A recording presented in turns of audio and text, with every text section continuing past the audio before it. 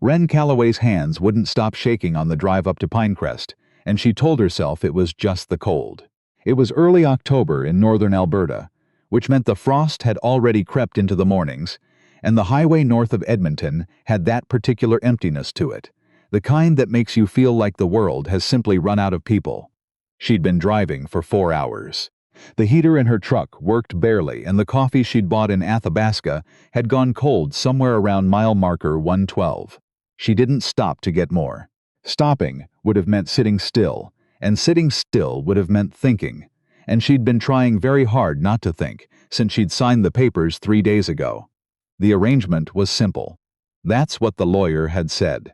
Olivia Marsh at Marsh & Associates in Edmonton, with her neat desk and her measured voice and her way of making the impossible sound like a tax filing. It's a straightforward agreement, Miss Calloway. Mutual benefit. 6 months minimum, with the option to extend. He retains the property. You receive legal status and a place to establish residency. Straightforward. Wren had nodded like she understood. Like any of this was straightforward. The man she'd married on paper 4 days ago was named Bennett Halcourt. She knew almost nothing about him. 41 years old. Third-generation cattle rancher. Widower. The Halcourt property outside Pinecrest had been in his family since the 1940s, and he was about to lose it. He needed a wife. Not for love, not for companionship, but because the provincial land inheritance clause that had been triggered when his mother passed last spring required a married male heir to retain sole ownership, or the property would be partitioned and sold off to settle the estate among his 2 estranged brothers. His lawyer had found Olivia. Olivia had found Wren. She'd been in the country illegally for 7 months, not because she was reckless, not because she hadn't tried. She'd come from New Zealand on a work visa that was supposed to be extended through her employer, a Calgary-based environmental research firm, and then the firm had folded in February. Just like that, 1 email on a Thursday morning and 72 hours to clear out her desk. The visa application had been in process. The application died with the job, and by the time she understood what that meant, the clock had already run down. She hadn't gone home because home was her mother's house in Christchurch, and going home meant admitting that 3 years of building a life in Canada had amounted to nothing, and she wasn't ready to do that.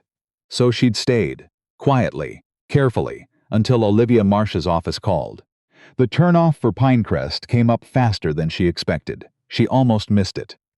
The property was another 18 kilometers down a gravel road that cut through stands of spruce and birch, the trees close enough on both sides that her headlights barely reached the edges. She hadn't thought to ask what the house looked like. She hadn't thought to ask a lot of things. When the tree line finally broke, she saw it. A 2-story farmhouse with a wide front porch, a light on in the downstairs window, and a man standing in the yard watching her truck come up the drive. Her first thought was that he looked tired. Her second thought was that she'd expected someone who looked more like a man who owned land, whatever that meant, and less like someone who'd just come in from fixing something broken and hadn't quite stopped moving yet. She parked. Got out. The cold hit her immediately. He walked toward her slowly, like he wasn't entirely sure she was real either.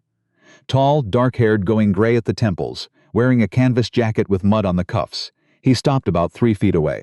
"Wren Calloway," he said. It wasn't a question. "Bennett Halcourt," she answered. They stood there in the cold for a moment that stretched longer than it should have. "Truck make it okay?" he asked finally. It made it. He nodded, reached past her, and picked up the larger of her 2 bags before she could object. She grabbed the other one and followed him inside. The house was warm. That was the first thing she registered. After the cold drive, the warmth of it hit her in the chest like something physical. The second thing she registered was the state of the kitchen. Not dirty, exactly, but worn in the way of a space that had only ever answered to one person and had stopped caring about appearances somewhere along the way. A mug on the counter. A stack of mail on the table. 1 boot drying by the radiator. "I made a room up for you," Bennett said, setting her bag at the bottom of the stairs. "Down the hall from the main bedroom. Figured you'd want your own space." She looked at him. He was studying the wall to the left of her face, not quite meeting her eyes. Yes, thank you. Bathrooms shared. I'm usually up by 5, so it's yours after 6 if you need it. What time do you need it?" He blinked. "What, the bathroom?" "In the mornings. I can work around whatever your schedule is." Something shifted in his expression. like he'd expected a different kind of response. "I'm in and out in 15 minutes. Doesn't matter." She nodded. He nodded. They stood in the kitchen of their shared legal residence with absolutely nothing left to say, and Wren thought, "This is either the bravest thing I've ever done or the most profoundly stupid."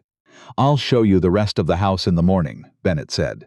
"You've been driving a while. 4 hours. Right."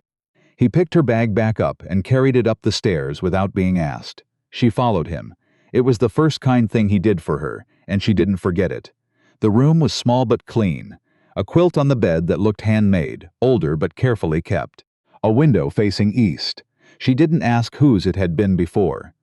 There was something in the careful blankness of it, the way it had been stripped of any particular history, that told her he'd worked to make it neutral, and she was grateful for that without knowing how to say so. She lay down on top of the quilt with her coat still on, and listened to the house settle around her, and tried to remember the last time she'd felt like she was exactly where she was supposed to be. She couldn't, but she fell asleep faster than she had in months. Morning came with the sound of boots on hardwood and the smell of coffee, and Wren was up before she'd consciously decided to be. Old habit from the research job, early mornings, field season, never the kind of work you could do at noon. She washed her face with cold water and went downstairs. Bennett was at the stove. He turned when he heard her, and there was a brief, fractional pause that she'd come to recognize over the following days as his version of surprise. "Didn't figure you for a 5:30 person," he said. "I'm not, usually. I'm adjusting." He poured her a coffee without asking how she took it, and she drank it black because she wasn't going to be the kind of guest who made demands. And then she noticed the window over the sink, and the way the dawn was coming in sideways across the frost, on the grass, and she thought, "Well, that's something at least." "What needs doing?" she asked. He looked at her. "Pardon, on the property. What needs doing this morning? You don't have to. I know I don't have to." She set the mug down. "I'm going to be living here for at least 6 months. I'd rather be useful than be in the way." "So what needs doing?" Another one of those fractional pauses. Then, "Cattle need checking. Fence line on the north pasture has been giving trouble." "Show me." He showed her. She wasn't a rancher's daughter. Her background was ecology, field research, 3 years measuring watershed health in the foothills. But she knew how to work outdoors, and she knew how to follow instructions, and she wasn't afraid of cold or mud or physical discomfort. Bennett Halcourt, she noticed, seemed to have been expecting someone who would need to be guided around every obstacle. Instead, she walked beside him, matched his pace, held the fence post he pointed at, without being asked, and braced it while he drove the staples back in. "You've done fencing before," he said. Not quite a question. "Field work," she said. "You put up a lot of temporary fencing around research sites." "Similar principle," he grunted, which she was beginning to understand was his version of "that's fair." They worked in silence for an hour, moving along the fence line, the breath clouding between them in the cold. She noticed things about him without meaning to. The way he checked the sluice posts. Not because he'd forgotten, but because he wanted to be sure. The careful, economical way he moved, nothing wasted. The fact that he hadn't once talked down to her or told her to be careful or acted like her presence was anything other than practical. It was, she thought, a form of respect, impersonal and instinctive, but real. "How long has it been," she asked, "since your wife died?" He was quiet for a moment. 3 years in December. "I'm sorry. You don't have to say that. I know. I mean it anyway." He looked at her then, properly, for the first time. She met his eyes and didn't look away. "The lawyer said you were a researcher," he said. "Environmental science. Watershed health mostly. The company I worked for went under in February. That's how you ended up in the situation. That's how I ended up in the situation." He turned back to the fence. "Must have been hard, building something and watching it fall apart." "Yours too," she said quietly. He didn't answer, but he didn't deny it. The first real test came 3 days later, when his nearest neighbor, a man named Gordon Fitch, drove up the lane in a pickup that had seen better decades and climbed out wearing an expression that managed to be both friendly and deeply suspicious. "Bennett." He nodded at Wren with the particular wariness of a man who had opinions forming before he'd said a word. "This her then? This is my wife, Wren. Wren, this is Gordon Fitch. His property is west of us. Nice to meet you." She extended her hand. Gordon shook it briefly. His eyes moved between them in a calculating way that she recognized immediately. the mental arithmetic of a person trying to figure out what was wrong with the picture. "Where are you from then?" he asked. "New Zealand originally," she said. "I've been in Canada 3 years, long way from home. It started to feel like home. That's usually when you stay." He turned to Bennett. "Quick marriage, wasn't it? Nobody knew you were even seeing someone. People don't need to know everything," Bennett said. His voice was even, almost bored, the way of a man who'd decided not to be rattled and had committed to the decision. Gordon laughed, a short, testing sound. "Going to set tongues wagging. You know how people around here talk." "I do," Wren said pleasantly. "Let them. We have a fence line to finish, and it's getting cold." "Was there something you needed, Mr. Fitch?" Gordon blinked. It was, she thought, probably not the response he'd been anticipating from the quiet foreign woman his neighbor had apparently married out of nowhere. He recovered quickly, muttered something about a strayed heifer and a shared boundary, and climbed back in his truck within 4 minutes. They watched him go. "He'll tell everyone in Pinecrest by nightfall," Bennett said. "I know." She started back toward the barn. "Let him have the fun of it."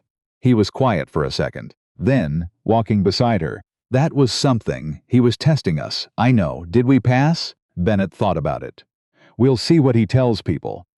What Gordon Fitch told people turned out to be mostly accurate, that Bennett Halcourt had got himself married, that she was a New Zealander, that she had an answer for everything, and didn't seem shy about using it.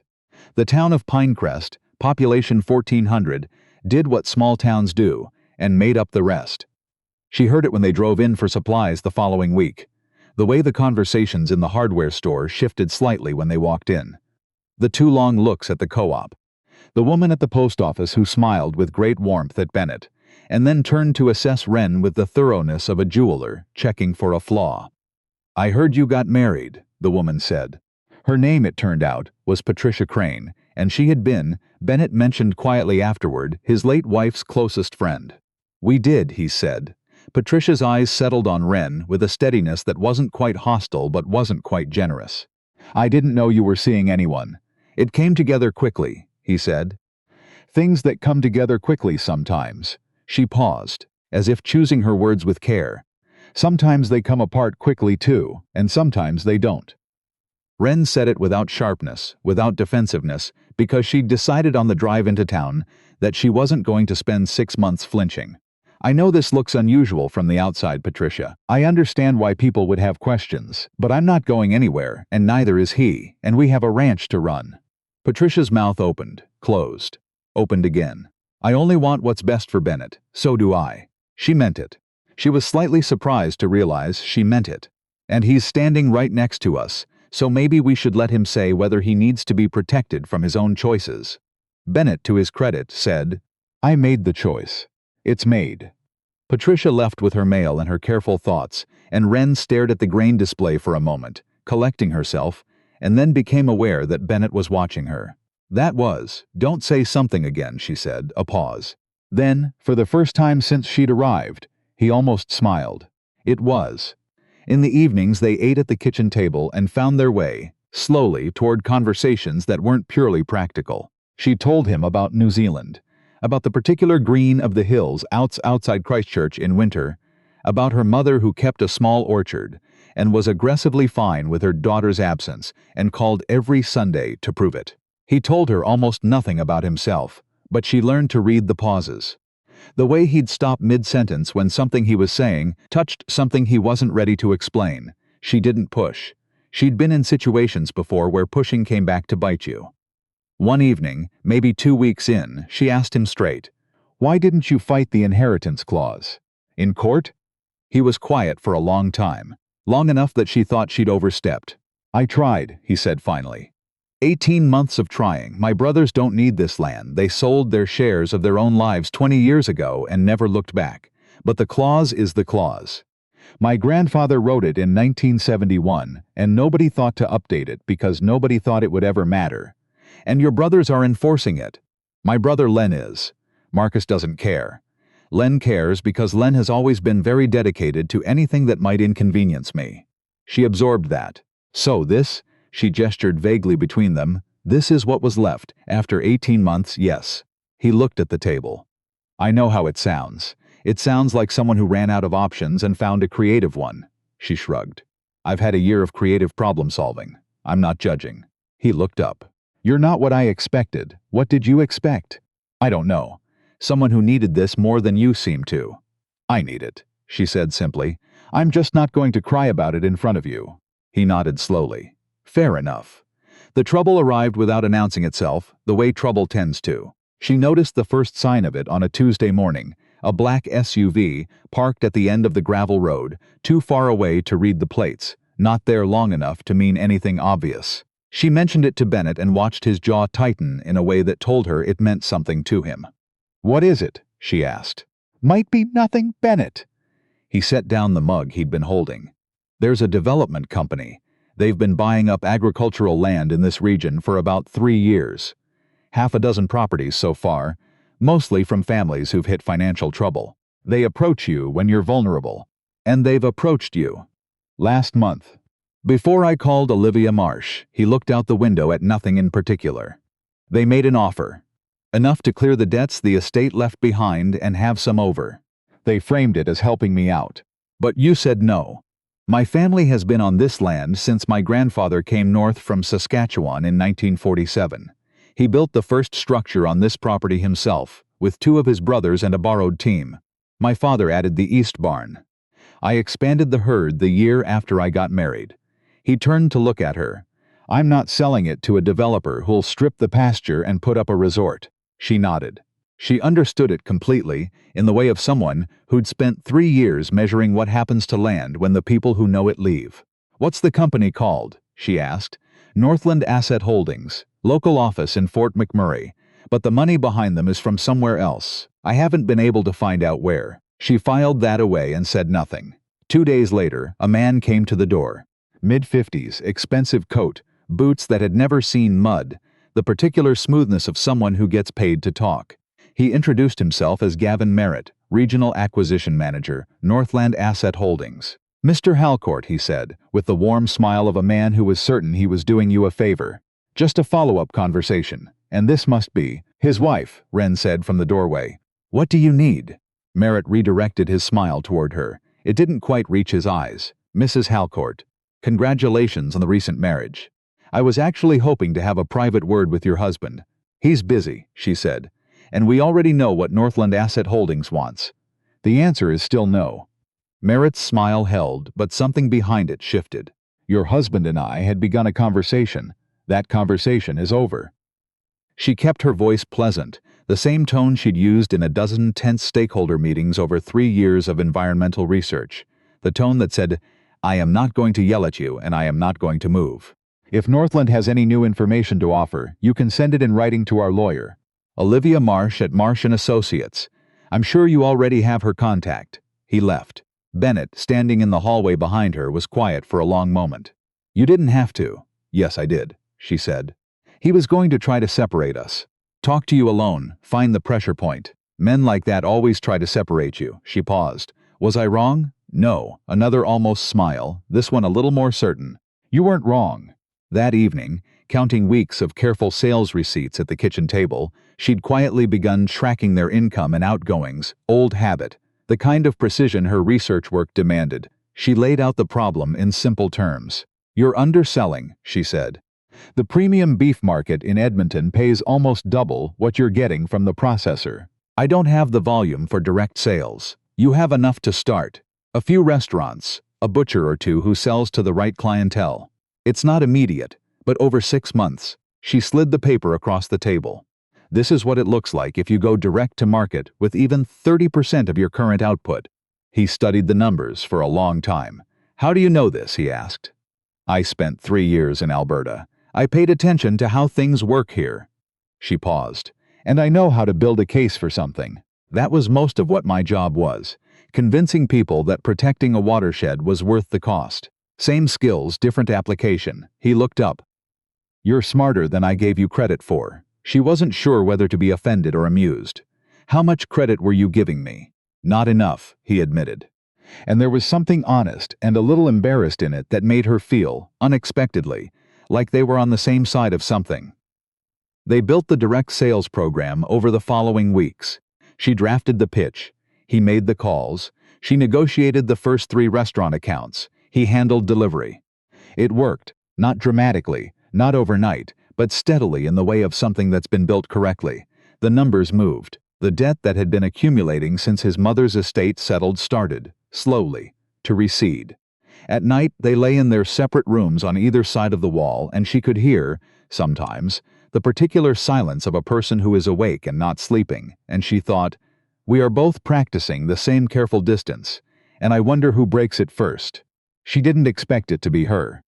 It happened on a Friday night in late November, 3 weeks before the estate deadline, when the temperature had dropped to -28 and a water line in the east barn had frozen, and Bennett had been out there for 2 hours and she'd brought him coffee, because what else do you do? And the cold was extraordinary, and she'd stood there, handing him a thermos in the harsh barn light, and their hands had touched on the metal, and she'd looked at him, really looked at him. This man who was quietly exhausted and trying not to show it and had lost a wife and nearly lost a property, was standing in a frozen barn at 9 in the evening fixing a water line because this was what it meant to take care of something. She'd looked at him and thought, "Oh, that's the problem. You should go inside," he said. "It's too cold." "So should you. I'll be in when this is fixed. Then I'll wait." He looked at her with an expression she didn't quite know how to read. "You don't have to do that, I know." She waited. He fixed the line. They walked back to the house together, through the dark and the cold, their breath the same cloud, and neither of them said anything. And it was the most intimate thing that had happened in the 8 weeks she'd been on the property. The letter arrived from Northland Asset Holdings 2 days later, and it was not the kind of letter she'd been expecting. It wasn't another acquisition offer. It was a formal notification, copied to Olivia Marsh, copied to the Provincial Land Registry, that Northland Asset Holdings had initiated an inquiry into the validity of the Halcourt marriage on the grounds that it may have been entered into for the purpose of circumventing the provincial inheritance clause. If the marriage were found to be fraudulent, the clause would be triggered immediately. They had 48 hours to respond. Bennett read the letter twice. Then he set it on the table and looked at her and said, very quietly, "I should have fought harder in court." "Stop," she said. "Don't do that. Wren, if they can prove, can they? I don't know what they can prove. Then let's figure out what we can prove." She sat down across from him. "We're married, legally on paper and in fact. We live together, we work together, we have a joint account. What else do they need? They're going to want interviews, separate interviews. They'll try to catch us in inconsistencies. Then there won't be inconsistencies." She met his eyes. "I know which side of the bed you sleep on. I know that you take your coffee before you say a word to anyone. I know you check the north pasture first and the east barn second, and you do it in that order every single day. I know you whistle something when you think no one can hear you, and I've never been able to figure out what the tune is." She paused.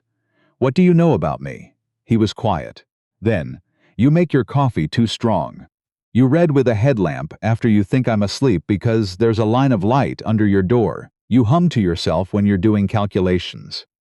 You've been to check on the cattle on your own at least 4 times in the last month without telling me." A pause. "And you wake up at 3 in the morning sometimes and sit at the kitchen table, and I don't know why, and I've never asked." She hadn't known he knew about the 3 a.m. table sitting. She felt suddenly, briefly transparent. "Couldn't sleep," she said. "I know. I just never asked why. It's been a strange year." "Yeah," he held her gaze. "It has." The interviews were conducted by a provincial official, a brisk woman named Audrey Trent, who was clearly experienced and clearly not interested in being charmed. She interviewed them separately, an hour each, in the kitchen. Wren went first. She answered everything. Where they'd met, through a mutual legal contact, the truth told simply. Why the marriage had come together quickly. Because both of them were in situations that didn't have the luxury of a long engagement, and that was honest, and she said it without apology. What she knew about him, what she'd learned about the property, what her plans were, her intentions, her sense of what the next year looked like. Audrey Trent wrote things down and didn't give anything away. When it was over, Wren sat on the porch steps in the cold and waited and listened to the property settle around her. The cattle in the far pasture, the wind off the tree line, the particular quality of a cold Alberta afternoon, when the sky goes that flat pewter color that means snow by nightfall, and she thought, I want to stay here, not for the visa, not because it was strategic, Just because she'd come north in early October with 2 bags and a list of things she'd lost, and somewhere between fixing fence posts and building spreadsheets and standing in a frozen barn in the dark, this place had become something that mattered. That was the thing she hadn't planned for. Audrey Trent came out and told them it would be 10 to 14 days for the assessment. She shook both their hands with equal firmness and drove away in a provincial fleet vehicle. Bennett was quiet for a long moment. "You all right?" she asked. "Fine." He looked sideways at her. "You? Fine." She paused. "I told her I planned to stay. I heard. I meant it." He turned to look at her fully then, and there was something in his expression that she'd never quite seen from him before. Something more uncertain than tired, more open than careful. "Why?" he asked. She thought about lying. Giving him the practical version, the strategic version, the version that would make sense from the outside. Instead, she said, "Because something about this place, it started to feel like mine. And I haven't had something that felt like mine in a long time." He didn't say anything, but he didn't look away. The escalation came from a direction she hadn't anticipated. It started with Gavin Merritt again, but Merritt wasn't working alone. The investigation into their marriage had been initiated by Northland, but it turned out Northland had a partner in Pinecrest, a local councillor named Douglas Holt, who'd been quietly acquiring shares in Northland's parent company for 2 years, and who had a particular interest in seeing the Halcourt property go to auction, because the rezoning application that would follow would triple his investment. He was a quiet, jovial man who sponsored the hockey league and was on every community photograph and had been slowly and methodically corrupting the thing he'd been elected to preserve. She didn't find this out from anyone who told her. She found it because she'd grown up watching her mother keep a small orchard against every possible economic inconvenience, and she knew that when powerful men come after something you're trying to hold, you look for who's getting paid. She started with property records, which were public, moved to corporate registry filings, which took 3 days and a lot of patience, found Holt's name behind 2 numbered companies, behind a 3rd, printed everything, sent it to Olivia Marsh with a note, "I think we need to talk." Olivia Marsh, it turned out, had her own contacts at the provincial level. Within a week, the investigation into their marriage had been quietly overtaken by a rather louder investigation into Councillor Holt. Merritt stopped coming to the property. But something else happened first, and it was worse. She came back from the barn one evening to find a car she didn't recognize parked in the yard and Bennett standing very still on the porch. Standing the way she'd learned to recognize, completely controlled on the outside, which meant the opposite of controlled on the inside. The man by the car was in his early 50s. She didn't know him, but the way he looked at her when she walked up, that slow, measuring look that inventoried and dismissed in the same breath. She'd seen that look before, on other men, in other contexts, and she knew immediately that this was not a good faith visit. "You must be the wife," the man said. "Wren Calloway," she said. She'd been using the name for formalities since the wedding, and it had never felt particularly real until this exact moment. "Philip Vance," the man said. He had the relaxed confidence of someone who was accustomed to being the most powerful person in any room. "I'm on the board of Northland Asset Holdings. I came up personally because I think there's been some unnecessary antagonism on both sides." He smiled. "I'd like to offer a resolution." "What kind of resolution?" she said. "The kind where Bennett accepts the acquisition offer, you both walk away with enough to start over comfortably somewhere, and everyone stops spending money on lawyers." He spread his hands. "It's a reasonable outcome.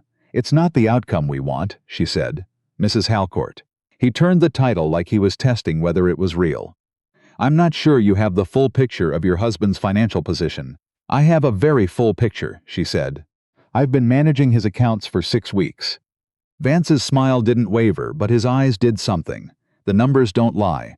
The estate debt, the operational shortfall, the legal costs of the ongoing proceedings. The numbers you're quoting are 6 months old," she said. "I have current numbers. I can show you the current numbers if you'd like." He hadn't expected that. She could tell by the slight recalibration in his posture. "My husband's property is not for sale," she said. "The inheritance claim is being met. The estate will be resolved within the deadline. The financial position is improving. And the investigation you initiated into our marriage is being replaced by a different investigation, into a member of your board of advisors. which I suspect you're already aware of. She paused. So my suggestion would be to get back in your car and have your lawyers call our lawyer, and we can all stop spending money on this. Vance looked at Bennett. You're going to let her. She's right, Bennett said. Get off the property. After he left, they sat on the porch steps in the dark. Not quite the same dark as the night by the barn, but close enough, and for a while neither of them spoke. Philip Vance, she said finally. Is he always like that? I've never met him before, Bennett said. I didn't know his name until about 10 minutes ago. He's scared, she said. The Holt investigation is bigger than he expected. He came up here hoping to settle the property issue before it gets tied up in something he didn't expect you. No. She paused. Neither did you. No. He was quiet. I expected someone who needed the arrangement. I didn't expect someone who'd. He stopped. Fight for it, she offered. Yes. She turned to look at him. The frost was starting to come in again, the way it does in Alberta in late November, out of nowhere and completely. It's mine too, she said simply. For now, at least. And I protect what's mine. He looked at her for a moment, with an expression she was beginning to know. The one that meant he was working up to saying something he wasn't sure he had the right to say. You know it doesn't have to be just for now, he said. She didn't answer immediately. She was thinking about the spreadsheets on the kitchen table, and the water line in the east barn, and the 3 a.m. kitchen sitting, and the way his almost smile had been getting incrementally more certain for 10 weeks. No, she said finally. I suppose it doesn't. He didn't reach for her hand. He wasn't that kind of man, and she didn't need him to be. He just sat there beside her in the cold and the dark, and that was enough. That was, she thought, exactly what she should have expected, and somehow hadn't. The provincial assessment came back on a Tuesday in the second week of December. Audrey Trent arrived in person, which Olivia Marsh had told her either meant very good news or the kind of news that gets delivered in person to soften the blow. She stood in their kitchen with her folder and her measured expression, and Wren stood next to Bennett and made herself be still. The assessment of the marriage is complete, Audrey said. The evidence reviewed, financial records, community statements, property documentation, interview consistency, supports the validity of the marriage as entered into in good faith. Bennett let out a breath. She heard it. The inheritance claim is therefore validly met, Audrey continued. The estate proceedings may continue. The Northland inquiry is closed and has been transferred to the Provincial Conduct Review, given related matters under investigation. After she left, they stood in the kitchen for a moment, in the particular silence that follows news too big to immediately process. It's over, he said. The legal part, she agreed. The rest of it, he stopped. Stays to be figured out, she said. He nodded slowly, then, the direct market accounts. The restaurant in Fort McMurray called back about expanding the order. She almost laughed. That's what you want to talk about right now? I thought you'd want to know. She did want to know. She wanted to know all of it, the accounts and the fence line, and what the spring calving looked like, and whether the east barn could handle another cold season, and 100 other things that had no business mattering this much after 10 weeks. We should call Olivia, she said. After dinner, he said. And the certainty in it, the simple, unassuming after dinner, like dinner was a given, like there was a routine now that didn't need explaining, that was the thing that got her, finally, and without warning. She turned away to the stove before he could see her face, and pretended to be looking for something, and he had the decency not to say anything, which was, she'd come to understand, one of the truest things about him. The week before Christmas, the community response came. She'd been aware, in a peripheral way, that people in Pinecrest had been following events. The Holt story had made the local paper, and then the Fort McMurray paper, and then, briefly, a provincial news site, and their names had come into it because Northland's attempt to acquire the Halcourt property was part of the background. What she hadn't anticipated was Patricia Crane showing up at their door on a Thursday morning with a tray of baking. She'd expected coolness. She'd prepared for it. I owe you an apology, Patricia said, standing on the porch with the tray like a peace offering she wasn't sure would be accepted. She stopped, started again. I've known Bennett for 20 years. I knew Claire, his wife. I watched him go to nothing after she died, and I assumed, another stop. I was protecting him from something that didn't need protecting against. Wren took the baking tray. He missed her very much, she said. He still does. That doesn't have anything to do with what we're building. Patricia's eyes filled unexpectedly. "Claire would have liked you," she said. "She didn't have patience for small thinking, neither do you." They stood on the porch for a moment with the cold coming in. "Come inside," Wren said. "I'll put the kettle on." Gordon Fitch came by the next day with a handshake for Bennett and a casserole for the freezer, and the information that 6 other local families had come forward in the Holt investigation with documentation of similar pressure from Northland over the past 3 years. The story was bigger than any of them had known. Holt had been systematically softening up vulnerable properties for acquisition, using his position to smooth the regulatory path. The investigation was going to take months. But the Halcourt property was safe. She was sitting at the kitchen table on Christmas Eve, doing the quarterly projections for the direct sales accounts. The numbers had genuinely improved, not dramatically, but solidly, in the way of something that would hold. When Bennett came in from the barn and stood in the kitchen doorway, watching her work for a moment before she noticed him. "What?" she said. "Nothing." He came and sat across from her, poured himself a coffee, looked at the spreadsheets. "You're doing the Q1 projections already, getting ahead of it." She paused. "The Fort McMurray account is going to be strong." "I know, I talked to them." She looked up. He was looking at her with that open, uncertain expression, the one that still appeared less often than she'd like, but more often than it used to. "I've been thinking," he said. "About what?" "About what happens after the 6 months." She set her pen down. And I think." He stopped. Tried again. "I think the arrangement served its purpose, and I also think the arrangement has become something else, and I'm not." Another stop. "I'm not very good at saying things like this." "No," she agreed. "You're not," he exhaled. "But I'd like you to stay, not as a legal requirement, not because the estate needs it. Because this." He gestured at the table, the spreadsheets, the house, and something larger than all of that. "This works. We work. And I didn't think I'd ever have that again." She looked at him for a moment. At the man who'd picked up her bag without being asked on the very first night, and who checked the fence posts twice to be sure, and who had known for weeks about her 3 a.m. kitchen sitting and had never once mentioned it. "I'm not going anywhere," she said. "Okay." He nodded. One short nod, the kind that meant he believed her. "You're going to have to tell me what the tune is," she said. "The one you whistle, it's been driving me crazy." He looked briefly, entirely caught. "It's a Tom Waits song." "Which one?" A pause. Then, quietly, "Picture in a Frame." She knew the song. She sat with that for a moment, looking at the kitchen table, and the projections and the coffee going cold between them, and she felt the particular warmth of a thing becoming true that you hadn't known you were hoping for. "Okay," she said. Outside, the snow had started. Real snow, not the frost-edged flurries of October, the deep, quiet kind that settles over everything and makes the world look like something you haven't seen before, but somehow already know. The cattle were in. The barn was warm. The numbers on the table said next year would be better. She'd come to Pinecrest in October with 2 bags and a carefully arranged marriage and absolutely no plan for what it would feel like to stop running. She'd come north on a gravel road in the dark, telling herself it was just a solution to a problem, telling herself she was practical, that she could hold this at arm's length, that she knew the difference between what was necessary and what was real. She'd been wrong.